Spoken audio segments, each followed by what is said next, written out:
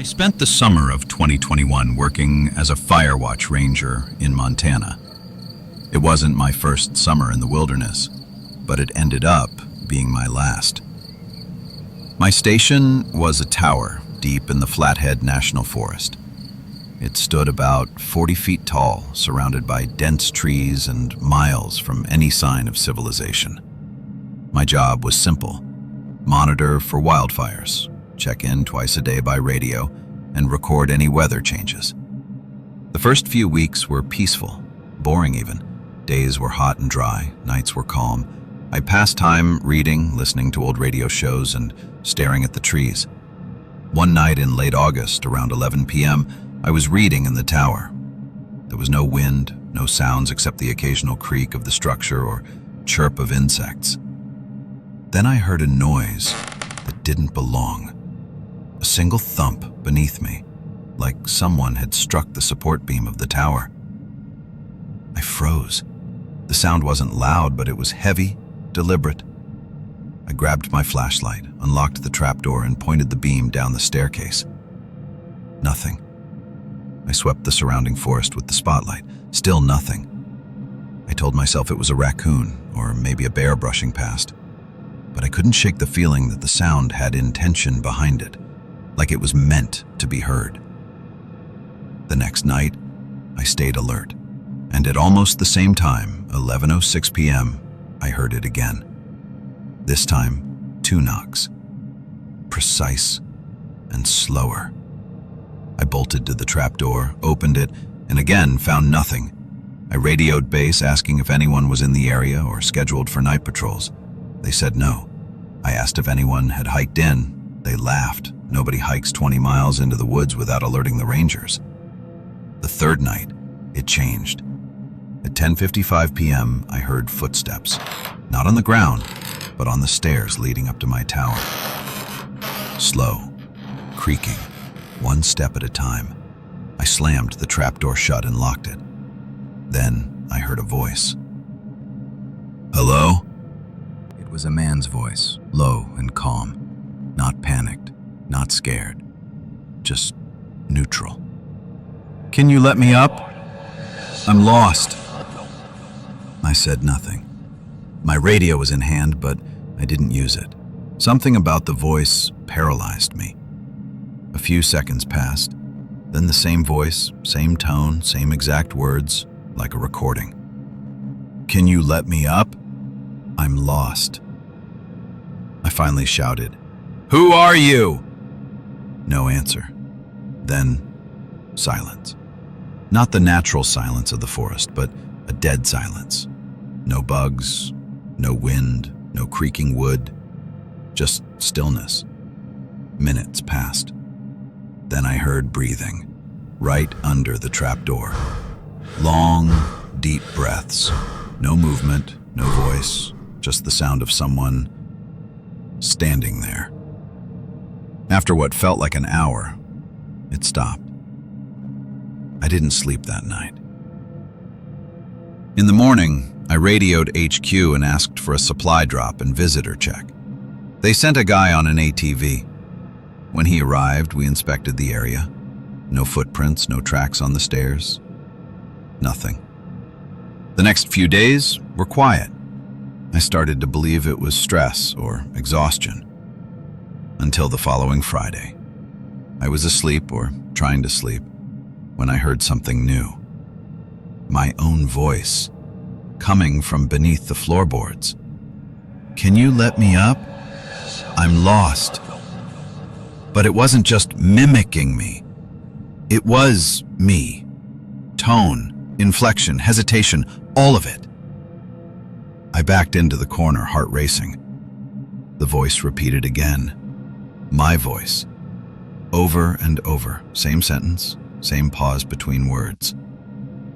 I finally grabbed the flare gun and pointed it at the trapdoor, but the voice didn't react. It just stopped. I stayed awake until dawn. That morning, I packed up everything and hiked out early. I left a note for the next ranger, but didn't mention the voice. What could I say? I never returned to that tower. But sometimes, I hear myself talking in my dreams. And last week, I got a call from an unknown number. I let it go to voicemail. There was only one sentence in the message. Can you let me up? I'm lost.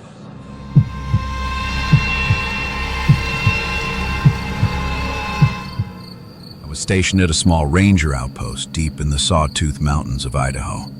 The kind of place where the only people you see are other rangers or the occasional backcountry hiker who ignored half a dozen warning signs to get there. The radio signal barely reached past the nearest ridge, and the only lights at night were your own flashlight and the moon, if you were lucky. This happened last fall. Wildfires had recently scorched large portions of the forest. I was tasked with patrolling one of the restricted burn zones for illegal campers and possible flare-ups. It was around 2 a.m., and the forest was eerily quiet. No wind, no crickets, nothing but the crunch of my boots on the ashen trail. I was finishing the loop back toward the service road when I saw a light. It was faint, maybe 100 yards off trail. It hovered just above the ground, soft and golden like an old lantern. That alone was strange. No one was allowed in that area, and nobody had filed a missing persons report. But things got weirder. The light wasn't steady. It flickered like a flame, and it swayed side to side, like it was being carried. I called out, "Forest Service, show yourself!" Nothing. Just the wind picking up slightly, and the light drifting. Not fast, just always staying ahead of me as I stepped off the trail and into the charred underbrush. I kept calling out, trying to convince myself it was just a lost camper or another ranger playing some idiotic joke. But I knew this area well. There were no reports, no one else on the roster tonight. After about 3 minutes of careful walking, the light blinked out. I froze. My flashlight suddenly seemed pitifully weak in the vast darkness. I turned slowly in a circle, trying to regain my bearings, but everything looked the same. Burned trees, black ground, fallen limbs, no landmarks. Then came the smell. Burnt hair, thick and nauseating. It hit me like a wave. I lifted my radio and pressed the call button. "Base, this is Outpost Echo 3. I may need assistance, possible unauthorized person in Zone 7. Static.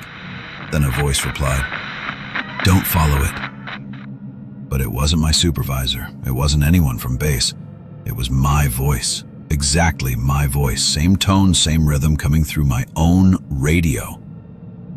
I stared at the device in disbelief. I hadn't spoken those words. I hadn't transmitted anything, and yet there it was, me, warning myself. Suddenly, the forest around me didn't just feel empty. It felt aware, like something was watching. I turned to head back the way I thought I came, but I couldn't find the trail. Every direction looked identical, and my GPS refused to lock a signal.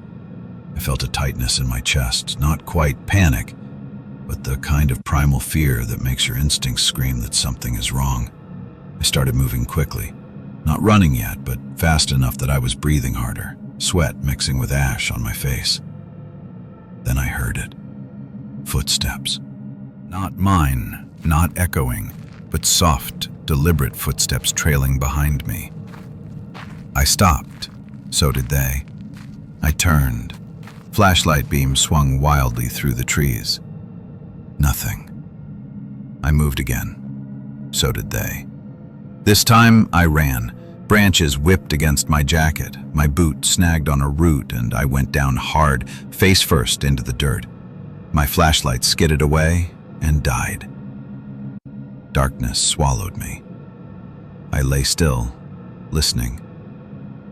Nothing.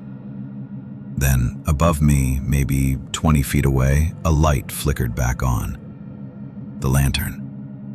But this time it was closer, hovering at head height, swirling slowly in place. Then it dropped to the ground with a metallic clink and vanished. I scrambled to my feet, snatched my flashlight, and bolted in the direction of the nearest slope. I tumbled more than I ran, sliding down ash-covered hills, crashing through burnt underbrush until I burst out onto a gravel road. The reflective service post ahead gleamed like salvation. Back at the outpost, I locked the door, radioed base, and told them there might be squatters in the burn zone. I didn't mention the voice or the lantern. I didn't know how to explain it. 2 weeks later, a fire crew clearing debris in that area found something wedged inside a hollow tree. An old ranger's lantern. One of the guys brought it back laughing, said it still smelled like smoke. We checked the serial number against old equipment logs. The lantern had belonged to a ranger who went missing in 1973. His body was never found. And here's the part that still gets me. When I touched the lantern, it was warm.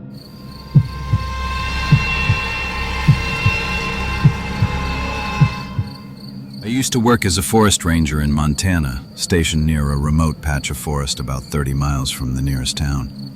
Most of the area was normal, dense woods, old trails, some wildlife. But there was one part that had been fenced off and labeled Zone 4, Wildlife Rehabilitation, which we all knew was just government speak for stay the hell out. They didn't train us much on Zone 4 other than saying we weren't allowed to go in, not even to investigate fires or help injured animals. Even the map of the area had that patch blacked out. One late October, just before the first snow hit, I was patrolling the northern trail when I noticed a small plume of smoke curling into the sky. It was coming from right inside the edge of Zone 4. Protocol said to report and stay back, but curiosity got the better of me. Besides, it didn't look like a wildfire, more like a small campfire. I radioed it in. "This is Ranger Doyle. Smoke detected near Zone 4's eastern ridge. Requesting permission to approach." The radio crackled, then went silent. I repeated the call. Nothing. It wasn't a dead signal. I could hear background static, like someone was listening but didn't want to respond. That should have been my first warning. Instead, I started toward the smoke. The forest felt strange, like something was watching, but not in the usual mountain lion or bear kind of way. It was quieter than I'd ever heard. No birds, no wind, just my boots crunching on fallen leaves. After 20 minutes, I reached a clearing I had never seen before. There in the center was an old wooden hunting shack. It looked ancient, gray wood, half-rotted door, a metal chimney spitting out that faint line of smoke. There were no tire tracks, no paths, no footprints, just the shack. I hesitated, then knocked. No answer. The door creaked open on its own. I stepped inside. It was warm, too warm for a fire that small. The walls were lined with old hunting gear, rusted traps, bows, faded photos of deer, but there was no one inside. Then I heard it. Scraping sound, like metal dragging on wood. I turned. In the far corner of the shack was a trap door. The sound came again from below. I should have left. I know that. But I was transfixed. I knelt, opened the trap door, and peered into darkness. The warm air turned instantly cold. My flashlight barely reached the bottom. A narrow ladder descended maybe 20 feet. The scraping stopped. Silence. Then, thump, thump, thump. Heavy footsteps, coming up. I slammed the trap door shut and staggered back. But instead of footsteps continuing, I heard whispering, not words, just a low, hissing mutter like breath moving through teeth. It filled the shack. I backed out the door and ran into the woods. I didn't stop, didn't look back. When I finally reached the ranger tower, it was just after dark. I tried to radio in, but again, just static. The next morning, my supervisor arrived. I started to tell him everything, but he cut me off. Zone 4 doesn't exist. You never went there. Understand? He wasn't smiling. Behind him were two men in black coats. No insignia, no badges, just blank stares. I nodded. I understood. A week later, that shack burned down. I never reported it. Never went near that area again. But sometimes, late at night when I'm walking the edge of the forest, I still hear that whispering, like breath, coming from the trees.